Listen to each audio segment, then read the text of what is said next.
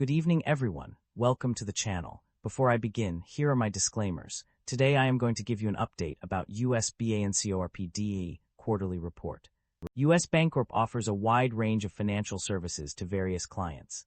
The company's business segments include wealth management, corporate banking, commercial banking, institutional banking, consumer and business banking, payment services, treasury, and corporate support. The company provides numerous products and services, including depository services, checking, savings, time certificates, lending services, credit cards, lease financing, asset-backed lending, cash management, capital markets, trust and investment management, asset management, and fiduciary services, investment and insurance products, fund administration services, corporate trust services, credit card services, merchant and ATM processing, mortgage banking, insurance brokerage, leasing services.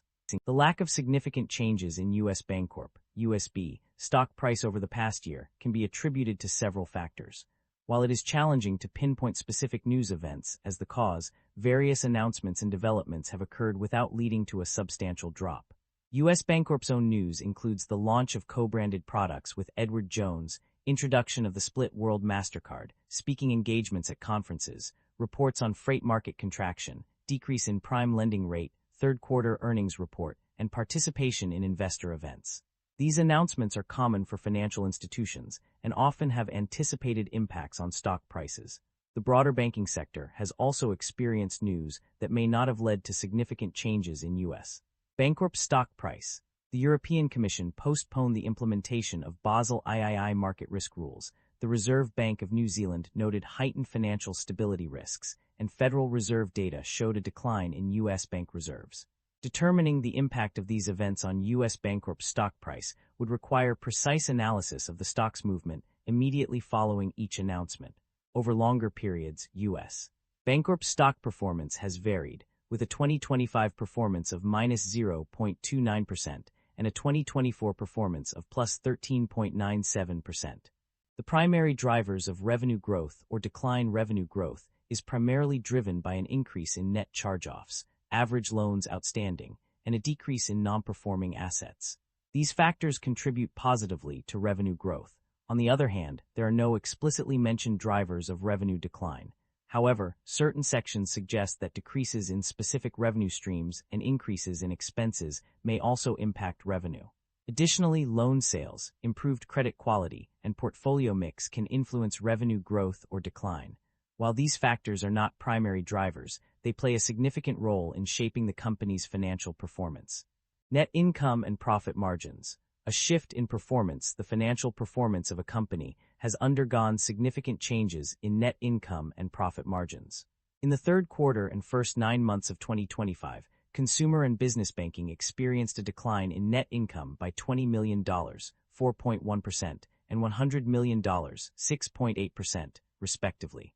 Conversely, payment services saw an increase in net income by $22 million, 7.2%, and $169 million, 19.8%.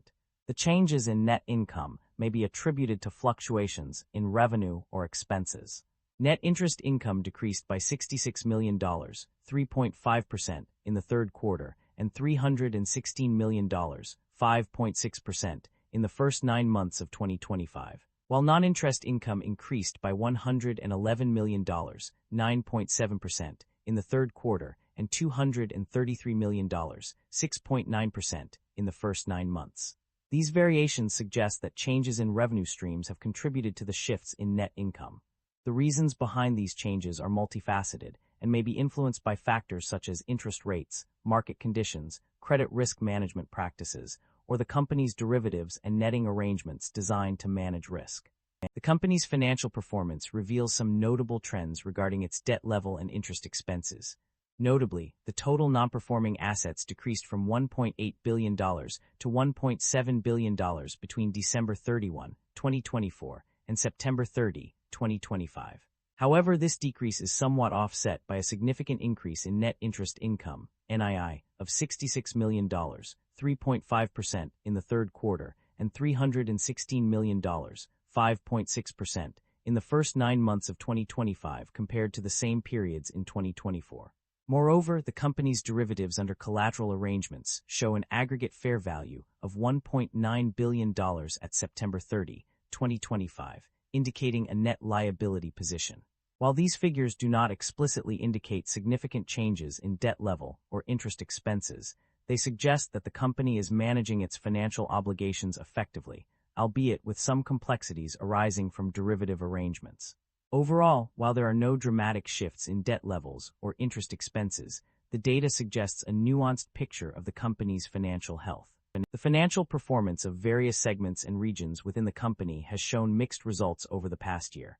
On a positive note, payment services and non-interest income have seen significant growth, with increases in net income of 7.2% and 19.8% respectively.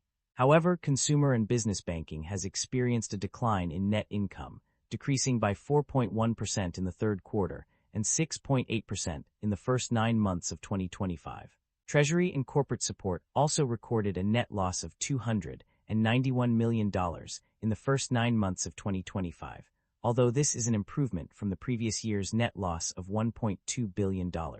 Net interest income, NII, has decreased by 3.5% in the third quarter and 5.6% in the first 9 months of 2025, while non-interest expense has seen a slight decrease of 1.1% in the third quarter and 2% in the first 9 months of 2025. Overall, payment services and non-interest income have been the standout performers, while consumer and business banking and treasury and corporate support have struggled. Management's outlook, focused on credit risk management and navigating economic uncertainty. US BANCORP's management is prioritizing the effective management of credit risk, as evident from the decrease in non-performing assets and a lower ratio of non-performing assets to total loans and other real estate. Despite facing challenges related to economic uncertainty and emerging risks, the company's credit quality has improved over the past year, with a decrease in non-performing loans and an increase in net charge-offs. Management is also focused on navigating these uncertainties while maintaining a strong capital position. The company continues to face challenges, but remains committed to its strategy of managing credit risk and improving credit quality. That concludes the financial summary for US BANCORP. Feel free to comment below, and I will be happy to answer them when possible.